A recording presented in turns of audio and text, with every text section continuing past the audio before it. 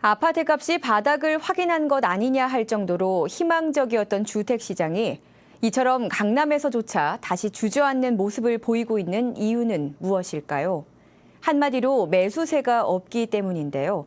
전문가들은 취득세 감면 종료 이후 우려되는 거래 절벽 등 주택시장 내부적인 요인도 있지만 근본적으로 침체 늪에서 벗어나지 못하는 실물 경기가 더 큰 문제라고 합니다.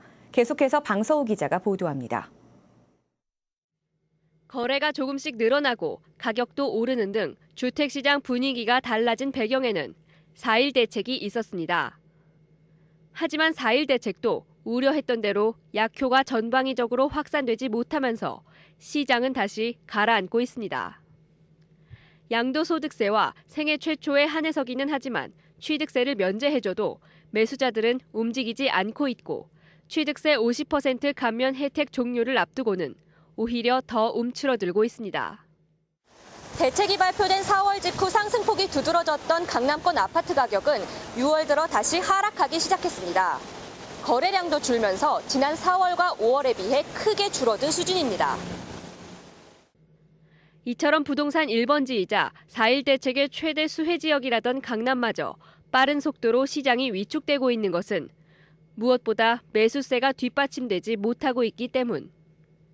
4.1 대책 이후 거래가 늘고 가격이 오르는 것 같았지만 시세보다 싸게 나온 급매물이 소화되고 나서는 매수자들이 다시 좀 더 지켜보자며 관망 분위기로 돌아선 겁니다.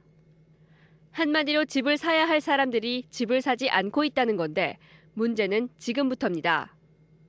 당장 다음 달부터는 취득세 감면 혜택이 없어지고 매매 거래가 뜸한 계절적 비수기로 접어듭니다.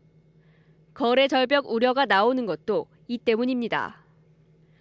특히 강남권은 실수요보다는 투자자 중심의 시장이어서 저금리 기조에도 불구하고 다주택자 양도세 중과 폐지와 같은 직접적인 혜택이 없다면 매수세를 이끌어내기가 쉽지도 않습니다. 강남 주택 시장에서의 금리 영향은 그렇게 민감도가 또 아주 크다고 보기는 또 어려워서 기본적으로 폐지되지 않고 있는 다주택자 중과세 이런 폐지 부분은 추가적인 추격 매수를 나서기 어렵게 만드는 이런 것들이 있거든요. 도움되는 것은 취득세 감면 요거 하나밖에 없었는데 이것마저 이제 6월 말에 종료되기 때문에 더 큰 문제는 부동산 경기와 마찬가지로 침체의 늪에서 벗어나지 못하고 있는 실물 경기. 경기가 살아나야 소득과 소비가 늘어나고 이를 토대로 부동산 거래도 활발하게 이뤄질 수 있는데 현실은 그렇지 못합니다. 일반적으로 부동산 시장 전체를 이끌어가는 힘이 강남권에 많이 있는데요. 강남권에서조차 거래량이 줄고 가격이 하락한다는 것은 나머지 지역에까지 여파를 미칠 수 있다고 봐야 될 것 같습니다.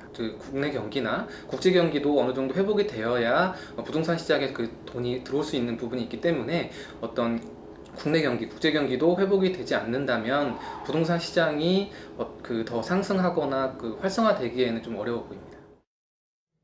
한국은행이 가장 최근에 내놓은 올해 경제 성장률 전망치는 2.8%로 여전히 잠재 성장률에도 미치지 못합니다.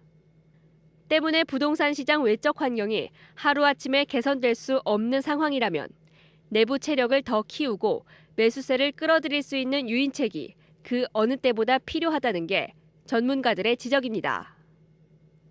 RTN 뉴스 방서우입니다.